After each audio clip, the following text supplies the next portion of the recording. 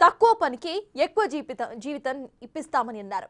ఇక నిజమని నమ్మేసి వెళ్లిన ఆ మహిళను వ్యభిచార రొంపిలోకి దింపేశారు. బయటపడే మార్గం లేక నెలల తరబడి పంటి బిగువన జీవితాన్ని వెలదీసింది ఆ మహిళ. తాజాగా ఆ నగర రూపం నుంచి తప్పించుకుందే. ఇక న్యాయం చేయాలని పోలీసుల దగ్గరికి వెళ్తే వాళ్ళు కూడా పట్టించుకోలేదు. డిప్యూటీ సీఎం పవన్ ఆఫీసులో గోడు వెళ్లబోసుకున్నా ఎవరూ కనికరించలేదు. వ్యభిచార నిర్వాహకుల నుంచి తనను కాపాడాలని కన్నీటితో వేడుకుంటోంది ఓ పెద్దాపురం మహిళ.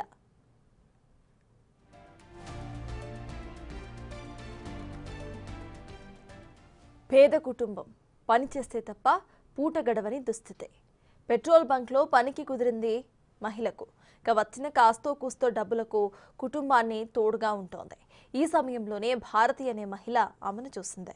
పెట్రోల్ బంక్లో తక్కువ శాలరీ ఇస్తున్నారని, తన దగ్గర పనిచేస్తే ఎక్కువ డబ్బులు ఇస్తామని ఆశ చూపించింది. అక్కడ పని మాన్పించేసి తనను తీసుకువెళ్ళింది.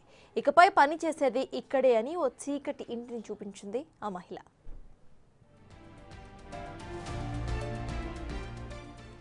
అప్పటికే సదరు మహిళ మనసులో ఏదో కీడు శంకిస్తోంది. ఏ పని చేయాలని అడిగే లోపే కొందరు మగవాళ్లు ఆమెను బంధించేశారు. 4 రోజులు నరక యాతన చూపించారు. తాగుబోతులు, గంజాయి బ్యాచ్ వచ్చి అత్యాచారం చేస్తారు. ఆ తర్వాత మరో వ్యక్తి వచ్చి మానభంగం చేశారు. ఆమెను ప్రత్యేక గదిలో బంధించి విటులను పంపించేవారు వ్యభిచార నిర్వాహకులు. బయటపడేందుకు ప్రయత్నించినా సాధ్యం కాలేదు. నిస్సహాయ స్థితిలో శరీరాన్ని విటులకు అప్పగించి చీకటి జీవితాన్ని కొనసాగించింది ఆ మహిళ. వ్యభిచార రొంపిలోకి దిగిన 5 నెలల్లోనే ఆమె ప్రెగ్నెంట్ అయ్యింది. ఇంటికి వెళ్ళిపోతానంటే పోనివ్వలేదు. గర్భిణిగా అవస్థలు పడుతూనే విటులకు పడక సుఖాన్ని అందించింది. తోటి బాధితులకు విషయం చెప్పినా పట్టించుకోలేదు. బిడ్డ పుట్టేంత వరకు సామర్లకోట హాస్పిటల్లో ఉంచారు. బిడ్డను ఆమె నుంచి దూరం చేసేశారు. బాలింతాన్ని కూడా చూడకుండా ఆమె చేత వ్యభిచారం చేయించారు.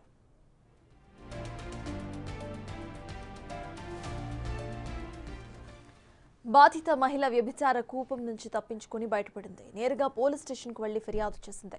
పోలీసుల జోక్యంతో అక్కడ ఆమె బిడ్డను అప్పగించారు. కానీ వ్యభిచార గృహం నిర్వహించే భారతికి అనుకూలంగా వ్యవహరించారు పోలీసులు. అక్కడ న్యాయం జరగదని తెలుసుకుని డీఎస్పీ, ఎస్పీ ఆఫీస్కు వెళ్ళింది ఆ మహిళ. అక్కడ కూడా తనను ఎవరూ పట్టించుకోలేదు. చివరకు ఏలూరు డీఐజీ దగ్గరకు వెళ్లిన అధికారులు లైట్ తీసుకున్నారు. పోలీసులు న్యాయం చేయకపోవడంతో ఆత్మహత్య చేసుకోవాలని అనుకుంది ఆ మహిళ. చివరకు మంగళగిరిలోని డిప్యూటీ సీఎం పవన్ కళ్యాణ్ ఆఫీస్కు వెళ్లింది సదరు మహిళ. అక్కడ తనను జరిగిన అన్యాయం గురించి ఆఫీస్ అధికారులకు చెప్పింది. పోలీసులకు చెప్పినా తనకు న్యాయం జరగలేదని ఆవేదన వ్యక్తం చేసింది. ఆ సమయంలో పవన్ కళ్యాణ్ అందుబాటులో లేకపోవడంతో 2 రోజుల్లో ఫోన్ చేయిస్తామని తెలిపారు వాళ్ళు. 3 నెలలైనా సరే ఇప్పటి వరకు ఫోన్ మాత్రం రాలేదు. తాజాగా సీఐ ఫోన్ చేసి విషయం సెటిల్ చేసుకుందాం రమ్మని చెప్తున్నారని చెప్పుకొచ్చింది ఆ మహిళ. కానీ వాళ్ల దగ్గరికి వెళ్తే తనకు, తన బిడ్డకు ప్రాణహాని తప్పదని కంటతడి పెట్టుకుంటోంది. ప్రభుత్వం తనను కాపాడాలని, లేదంటే ఆత్మహత్య తనకు దిక్కని అంటోంది.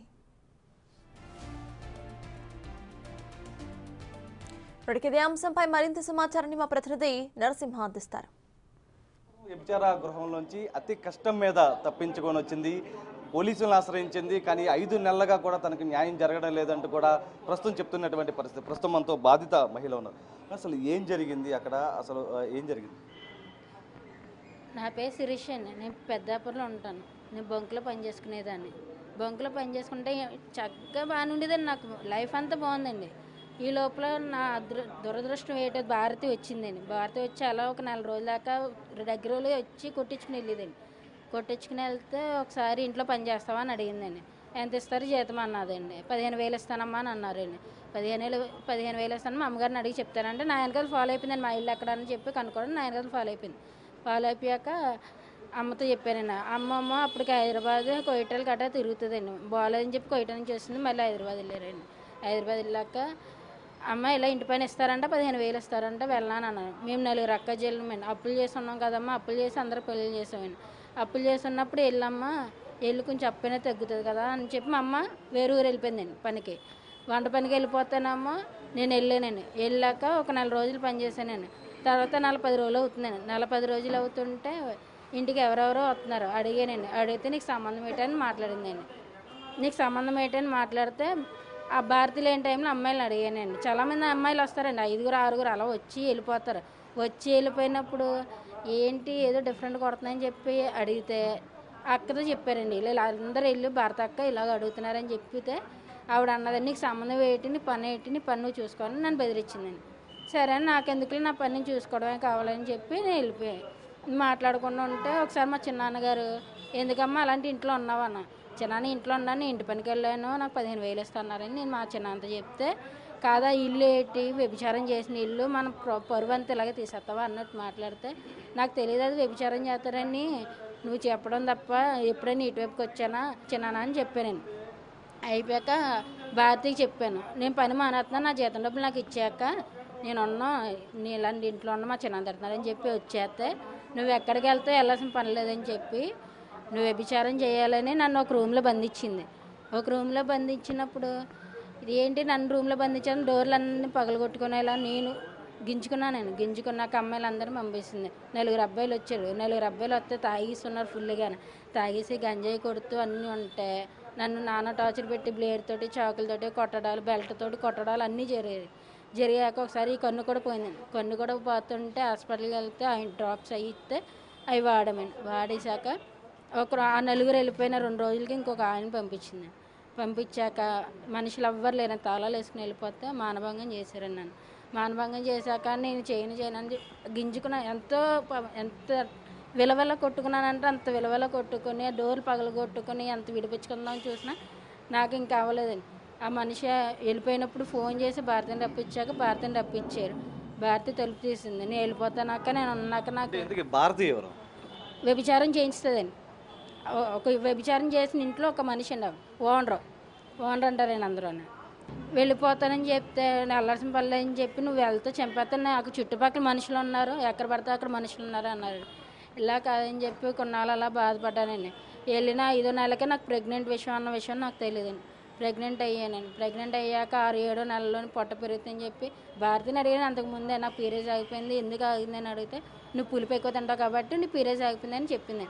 పీరియడ్స్ ఆగిపోవడం వల్ల పులుపు తినడంలోనే చాలా డిఫరెంట్ ఉందని చెప్పి నాకు కొంచెం అనుమానం వచ్చిందండి. అలా 6 నెలలు 7 నెలలు అవుతే పొట్ట కనబడుతుందని చెప్పి టెస్ట్ చేసుకున్నాను నేను. ఏంటని టెస్ట్ చూపిస్తా మనిషికి, నువ్వు ఎవరితో పడుకున్నావు, ఏం చేస్తున్నావు నీకు తెలియదు అన్నట్టు మాట్లాడిందండి. నాకు చాలా బాధ కలిగింది. నా మాట కూడా ఆవిడ ఆడిన మాటలకి, ఆవిడ చేసిన టార్చర్లు కట్టాను. ఇంకా 9వ నెల వచ్చాక 2 మనుషులకి బయట పంపించిందండి. నేను వెళ్ళనంటే వెళ్ళాలి, నువ్వు వెళ్ళకపోతే చంపేస్తానని చెప్పి చేసిందండి.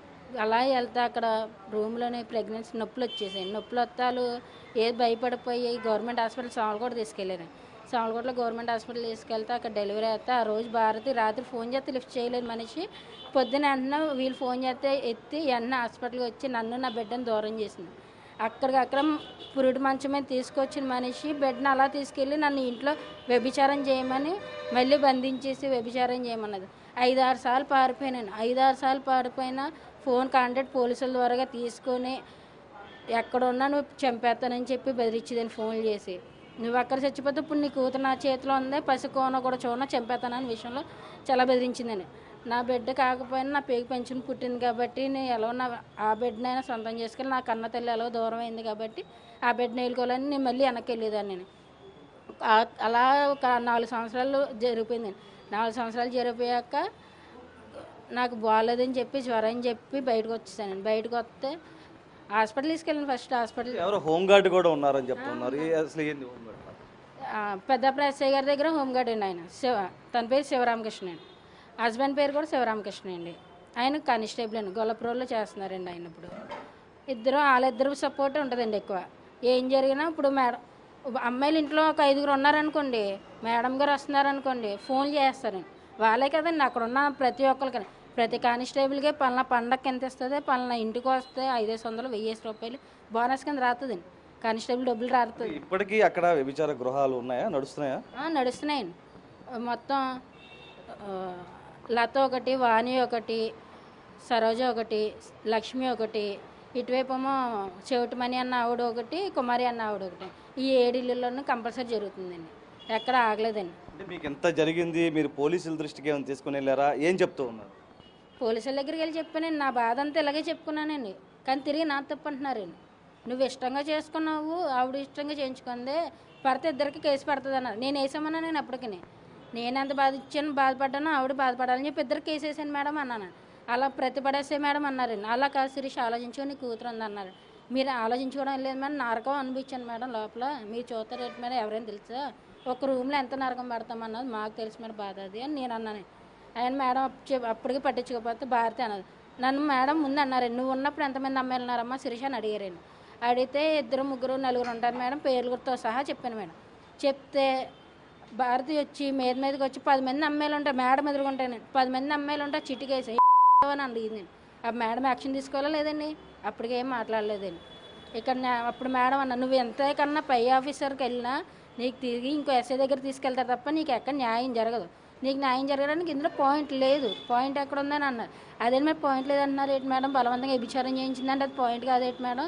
చంటి పిల్ల కూడా అక్కడే పుట్టింది, నా బిడ్డ భవిష్యత్తు పోతున్నాయి, నా పేపర్ మీద సంతకాలు ఇట్టించుకుంది, నాకంటూ న్యాయం జరగాలి కదా మేడం అని అడిగితే చెప్పాను శిరీష, డబ్బులు సెటిల్మెంట్ చేయమంటావు అన్న. నాకు డబ్బు కట్టవద్దు మేడం, నేనంత అనుభవించాను ఆవిడంత అనుభవించాను, నాకు అదే కావాలని చెప్పానండి. ఇంక మేడం చెక్ పేపర్లు పెట్టించుకున్న మనుషులు పిలిపిస్తానన్నారండి. అప్పటికే ప్రతిపడేసే మేడం కూడా అన్నారు, పిలిపించలేదు. పిలిపించేస్తే ఇంకా తులసి మీరు deputy CM Pawan Kalyan office కూడా వెళ్ళడం జరిగింది, అక్కడ ఏం చెప్పారు? పవన్ కళ్యాణ్ గారికి సేమ్ ఇలాగే పవన్ కళ్యాణ్ గారు లేరని అప్పుడు షూటింగ్లో ఉన్నారని చెప్పారండి. ఆఫీసర్ గారు ఒకరు వచ్చారండి. ఇలాగే ఎక్కడ ఆఫీస్కి వెళ్ళారు? అంటే పిఠాపురంకి వెళ్ళారా లేకపోతే మంగళగిరి ఆఫీస్కి వచ్చారు? మంగళగిరి అండి, మంగళగిరి వెళ్ళానండి. మంగళగిరి వెళ్ళాక ఆఫీసర్ ఎవరో వస్తే కంప్లైంట్ పేపర్ ఇచ్చానండి. కంప్లైంట్ పేపర్ ఇచ్చాక బాధ ఇలాగే చెప్పుకున్నానండి. చెప్పుకున్నాక అన్ని ఆరాలు తీసారని రాసుకున్నారండి. 2 రోజుల్లో ఫోన్ చేస్తానన్న మనిషి చేయలేదండి ఆయన. ఎప్పుడు వెళ్ళారండి ఆఫీస్కి? అది అవుతుంది 3 నెలలు 2 నెలలు అవుతుంది వెళ్ళడం. కానీ ఇప్పుడు దాకా ఫోన్ రాలేదండి. ఒక్క ఫోన్ కూడా రాలేదండి. అప్పుడు ఆ పవన్ కళ్యాణ్ గారి దగ్గరికి వెళ్ళానని చెప్పి బయట విలేకరులు ఉంటే అప్పుడు 6, 7 ఇలాగా న్యాయం జరుగుతామని నంబర్ చెప్తే తులసి మేడం గారు అటాక్ చేశారండి. మరి ఆ నంబర్ తీసుకుని ఫోన్ చేసిన మేడం దేవుళ్ళగా చెప్పిన ఎక్కడ న్యాయం జరిగినా ఆవిడ వల్ల నాకు న్యాయం జరిగిందండి. ఇప్పుడు ఫైనల్గా ఏం కోరుకుంటున్నారు? నేను ఇప్పుడు 5 సంవత్సరాలు ఎంత నానా నరకం అనిపించినప్పుడు అందులోనే కొంత భారతీయ కూడా నరకం అనుభవించాలి కదా సార్. ఆ భారతీయ కూడా ఎంతో కొంత నరకం అనిపించాలి. నేను అప్పుడు మనస్ఫూర్తిగా ఉంటాను. నా చెక్ పేపర్లో నా బ్యాంక్ బుక్లు పేర్లో డేట్ ఆఫ్ బర్త్ సర్టిఫికేట్ అక్కర్లేదు, నేను తీసుకున్నాను. ఇంకోటి ఆ కాపీ నా దగ్గర ఉంది, మీకు చూపిస్తాను. ఇప్పుడు అది ఎట్టి ఆ పేపర్ ఎట్టి అందరితోటి నేను 2 సంవత్సరాలు ఉన్నానని చెప్పి అంటుందండి. ఒకటన్నానండి, మీరు ఎంక్వైరీ చేసుకున్న అక్కడికి వెళ్ళి నేను 2 సంవత్సరాలలోనో 5 సంవత్సరాలలోనో తెలుస్తుంది. నేను అబద్ధం ఆడాల్సిన పని లేదు, నేను నిజంగానే పోరాడుతున్నానని చెప్పానండి. సరే ఇప్పుడు మా మాట ఎవరు నమ్మట్లేదు, పోలీసు వాళ్ళని భారతీయ వైపు మాట్లాడుతున్నారండి. ఆవిడ చెప్పిందే నమ్ముతున్నారండి. ఎవరెవరో ఉన్నారని అంటున్నారండి. ఎవ్వరు లేరండి, మేమిద్దరం పోరాడుతాం తప్ప ఎవ్వరు లేరండి. మీరు కూడా చూస్తున్నారు, ఇప్పుడు మేమిద్దరం వచ్చాము. నాకు కావాల్సింది ఒకటండి, నేను బాధపడ్డ దాంట్లో భారతీయ కూడా ఎంతో కొంత బాధపడాలి. నా చెక్ పేపర్లు అవన్నీ తీసుకొచ్చి నాకు అప్పు చెప్పాను, అదే కావాలండి. నాకు నా ప్రాణ రక్షణ కూడా కల్పించాలండి, అంతే. ఇది ఏదైతే గత 5 ఏళ్ళుగా కూడా అనేక నరకం అనుభవించాను, పోలీసులను కూడా ఆశ్రయించాను, కానీ నాకు ఎటువంటి న్యాయం జరగలేదు లేదంటూ కూడా బాధిత మహిళ చెబుతున్నటువంటి కదా. అయితే డిప్యూటీ సీఎం పవన్ కళ్యాణ్ మంగళగిరి ఆఫీసుకు కూడా ఆమె వెళ్ళడం జరిగింది. 3 నెలల క్రితం వెళ్ళిన నేపథ్యంలో కూడా ఒక లెటర్ కూడా ఇవ్వడం జరిగింది. కానీ ఇప్పటివరకు తనకు ఎటువంటి సమాచారం, ఎటువంటి ఫోన్ కానీ ఆఫీసు నుంచి రాలేదంటూ కూడా చెప్తూ ఉంది. ఏదేమైనప్పటికీ మొత్తం మీద ఆమె కూడా ఒకటే కోరుతుంది, ఏదైతే వ్యభిచార గృహంలో ఏదైతే ఓనర్ చేసినటువంటి అరాచకం ఆమె కూడా అనుభవించాలి ఖచ్చితంగా అంటూ కూడా ఆమె డిమాండ్ చేస్తున్నటువంటి పరిస్థితే కనిపిస్తుంది. 100% సాయితో నరసింహ, బిగ్ టీవీ, విజయవాడ.